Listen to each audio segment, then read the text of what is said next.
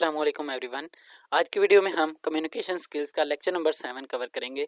Lecture 6 में हमने hearing और लिसनिंग के दरमियान डिफरेंस को समझा था, लिसनिंग का प्रोसेस को जाना और फिर हमने देखा कि एक्टिव लिसनिंग अच्छी होती है जबकि protective, partial and preferential listening जो कि बुरी होती हैं।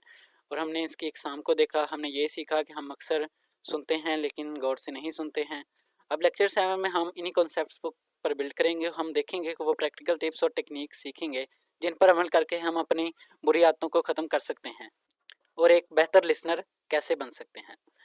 इस लेक्चर का मकसद बिल्कुल साफ और क्लियर है, जैसे कि हम टाइटल से भी देख सकते हैं, इम्प्रूविंग योर लिसनिंग स्किल्स, यानी कि how to become a better listener. इसलिए हम उन आम बैड हैबिट्स को पहचानेंगे जो हमारे लिसनिंग में रुकावट बनती हैं।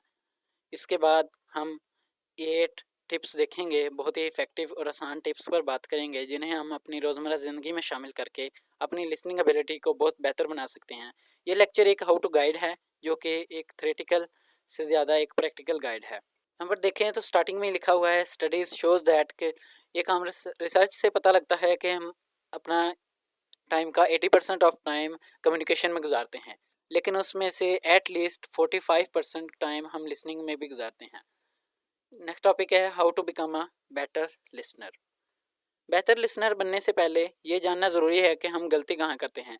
हैंड आउट में कुछ बैड हैबिट्स बताई गई हैं, यानी कि ये कुछ क्वेश्चंस हैं, ये हमने खुद से पूछना है। ये 4 क्वेश्चंस हैं जिनमें पहला है, क्या आप दूसरे शख्स को बोलने के दौरान ये सोचना शुरू कर देते हैं कि अब मैं इसके बाद इसको क्या कहूँगा, इसका क्या जवाब दूंगा। दूसरा क्वेश्चन, क्या आप इर्द गिर्द के माहौल से या बोलने वाले के अंदाज से डिस्ट्रैक्ट हो जाते हैं। तीसरा है, क्या आप अक्सर लोगों की बात पूरी होने से पहले ही बीच में बोल पड़ते हैं।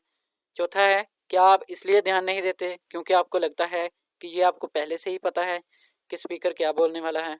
अगर इनमें से किसी भी सवाल का जवाब हाँ है तो आपकी लिसनिंग स्किल में बेहतरी की गुंजाइश है। यहाँ पर एक इम्पॉर्टेंट पॉइंट है कि लिसनिंग एक पैसिव नहीं बल्कि एक एक्टिव काम है, यानी कि ये सुस्त नहीं चुस्ती वाला काम है। इसलिए पूरी तवज्जो यानी फुल कंसंट्रेशन और मेहनत की ज़रूरत होती है। यहाँ पर 8 टिप्स दी गई हैं बेटर लिसनर बनने के लिए। इस लेक्चर का सबसे इम्पोर्टेंट पार्ट यही है कि इसकी 8 टिप आपकी लिसनिंग को ट्रांसफॉर्म कर सकती है। पहला है डोंट टॉक, लिसन। सबसे बुनियादी असूल है, जब कोई और बोल रहा हो तो आप खामोश रहें। लोग एक अच्छे बोलने वाले से ज़्यादा एक अच्छे सुनने वाले को पसंद करते हैं, क्योंकि हर कोई अपने ख्यालात एक्सप्रेस करना चाहता है। अगर आप उनको इंटरप्ट करेंगे तो स्पीकर को लगेगा कि आप उसकी बात में दिलचस्पी नहीं ले रहे, उसे अपनी बात मुकम्मल करने का पूरा मौका दें। दूसरी है कीप एन ओपन माइंड। सिर्फ वो बातें ना सुने जो आपके नज़रियात को सपोर्ट करती हैं। सुनने का असली मकसद नई इन्फॉर्मेशन हासिल करना होता है। अगर आप पहले से ही अपना जहन बना लेंगे तो आपको कुछ नया नहीं सीख पाएंगे। ये प्रिफरेंशियल लिसनिंग से बचने का एक तरीका है। टिप नंबर 3 है डोंट जंप टू कंक्लूजन्स। ये मत ज्यूम करें कि आप जानते हैं स्पीकर आगे क्या बोलने वाला है। हो सकता है कि उसकी बात का अंजाम आपकी सोच से बिल्कुल मुख्तलिफ हो। आप पहले ही नतीजे पर पहुंच जाएंगे तो आप असल मैसेज मिस कर सकते हैं। टॉपिक 4 है if you must speak ask question, यानी कि लिसन बिटवीन द लाइंस। अल्फाज के पीछे का मतलब सुने, सिर्फ लफ्ज़ों पर गौर ना करें बल्कि स्पीकर की टोन, वॉइस, एक्सप्रेशन, गेस्चर्स पर भी तवज्जो दें। अक्सर लोग वही कहते हैं जो उनका मतलब होता है, लेकिन उनकी बॉडी लैंग्वेज उनके जज्बात जाहिर कर देते हैं कि ये कॉन्सेप्ट हमारे next lecture non verbal communication से भी लिंक है, हम इसको नेक्स्ट में भी देखेंगे। अगर आपको कोई बात समझ ना आए तो पूछना बेहतरीन तरीका है। ये जाहिर करता है कि आप तवज्जो दे रहे हैं। आप इस तरह पूछ सकते हैं, डू यू मीन, कि आपका क्या मतलब है। स्पीकर की बात को अपने अल्फाज में दोबारा कह करके उसको कन्फर्म करें। So if I understood you correctly you are saying that, उसके बाद अपनी बात बोलें। तो अगर मैं सही समझता हूँ तो आप क्या ये कह रहे हैं। Don't let your self be distracted, यानी ध्यान ना हटने दें। इर्द गिर्द के शोर और स्पीकर के लहजे से उसके कपड़ों से या उसकी अपना ध्यान मत हटने दें। स्पीकर से आई कांटेक्ट बनाएं और उसके मैसेज पर फोकस करें।